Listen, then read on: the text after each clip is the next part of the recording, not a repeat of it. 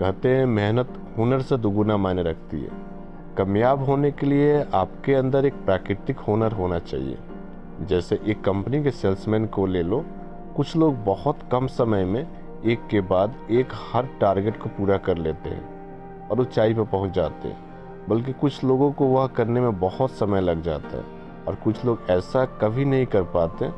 इससे यह साफ है कि जो व्यक्ति जो प्राकृतिक रूप से लोगों से अच्छे संबंध बना सकता है वह इस काम में ज़्यादा कामयाब होगा। लेकिन कामयाबी के लिए सिर्फ हुनर ही मायने नहीं रखता।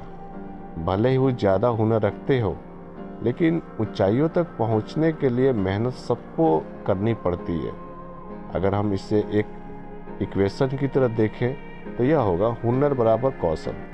हुनर होने के बाद भी अगर आप मेहनत बहुत कम या ना के बराबर कर रहे हैं तो आप बिल्कुल कौशल नहीं बन पाएंगे। अब इसके बाद बारी आती है नतीजे की। अच्छे नतीजे पाने के लिए आपको फिर से अपने कौशल को अपनी मेहनत की मल्टीप्लाई करना ही होगा, यानी कौशल बराबर अच्छे नतीजे। फिर से अगर आप किसी काम में बहुत कुशल हैं लेकिन मेहनत ना के बराबर कर रहे हैं तो आपको नतीजे भी ना के बराबर ही मिलेंगे।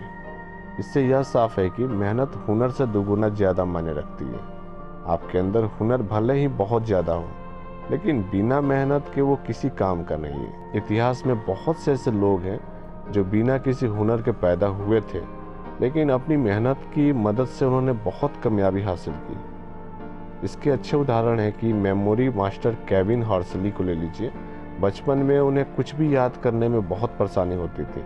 वे मानसिक रूप से बहुत कमज़ोर थे, लेकिन बाद में अपनी मेहनत से उन्होंने अपनी मेमोरी को मजबूत बनाया और पाई के 10,000 अंकों को याद करके मेमोरी मास्टर का खिताब हासिल किया।